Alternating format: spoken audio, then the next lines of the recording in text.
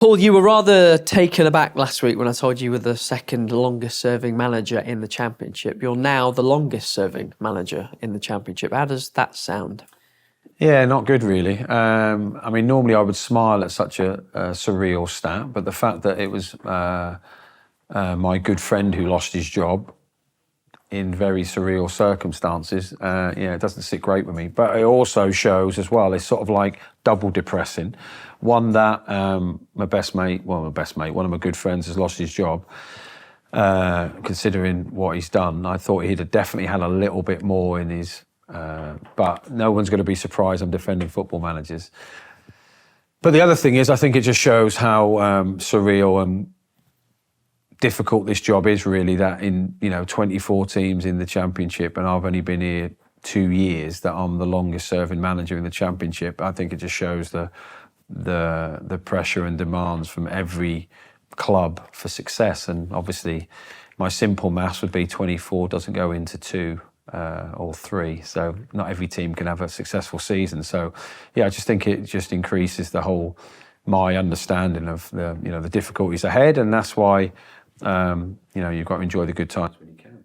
I know obviously you wouldn't change the result from Wednesday night, and it won't have been a decision made just on that result, but it must be a bit of an odd feeling. It is an odd feeling, I'm sure it's not guilt, but how does it feel? No, it was a numbing feeling. I mean, in fairness, if their striker would have scored a header, and it's all ifs and buts, isn't it? In the same way, if Stoke's goal wasn't given, we might have got a draw, and on another day there might be an owner of a football club that might have sacked me for losing at Stoke. That's how surreal it is. But it was really strange. I was in the dressing room in the morning, and Rich said something, have you told the gaffer? You told the gaffer? So I'm thinking, oh, here we go, someone's injured. It's always a disaster. And then they came and told me, and I went, and I didn't really hear it properly. But normally when a colleague gets sacked, I don't text for about a week, because I just think that they'll have loads of people who will text who don't even know them, but they'll get like 1,000 texts going, I'm really sorry to hear, just because they think I'll do it now while I remember. So I always think I'll leave it a week and I can actually send a proper text or a phone call or a meet-up or something. But with Robbo, because I'd only just seen him the night before and he was so gracious in defeat, I thought, I'm going to have to reach out now. So I reached out in my usual, I'm a little bit uncertain which way to go, I'll go down the comedy road. So I tried to cheer him up. So and I'll meet up with him in a couple of weeks. On a different topic, I know you gave Craig Forsyth his flowers on Wednesday night and have on many occasions, but he's now into the top 20 all-time appearances for Derby County. I mean, that is some going, isn't it? Yeah, that is some going. Even more so after you see him play them 2 minutes at Stoke. The fact that he's in the top 20 is amazing. I mean, I could go wax lyrical about Foz forever. He's one of them players, I've had him at previous clubs and played with players like Foz at previous clubs that sort of encapsulate everything good about the football club. And Fozzy's that. He's really humble. He's really intelligent. He understands the game, keeps himself in amazing shape. Like he hasn't, a lot of players get to a certain age. Some players can play till they're 38, some get to 28 and can't cross a road.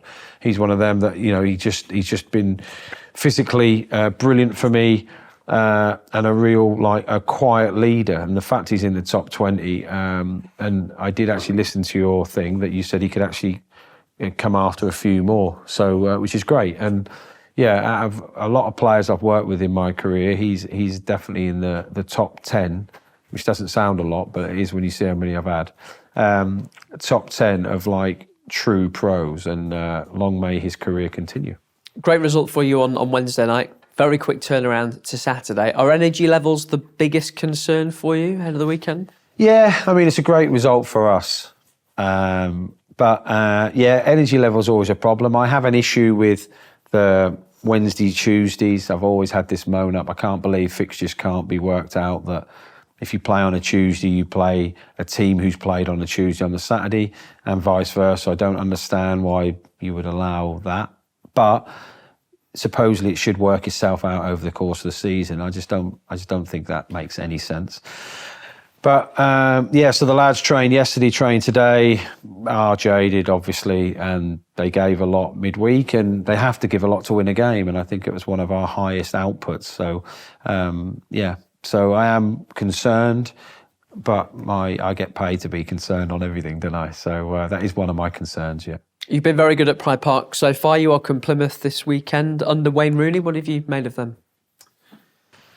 Yeah, not dissimilar to us, really. They've done really well at home, picked up their points at home, been close in a lot of games away from home. Technically very good, keep the ball, play without fear, and have pace out wide. So yeah, a lot of similarities, to us, and you know, they're 3 points behind us, and we think we're doing well, and obviously they're doing well. They're on the same points as Hull, and we had Hull here last week or week before. I lose all track of time.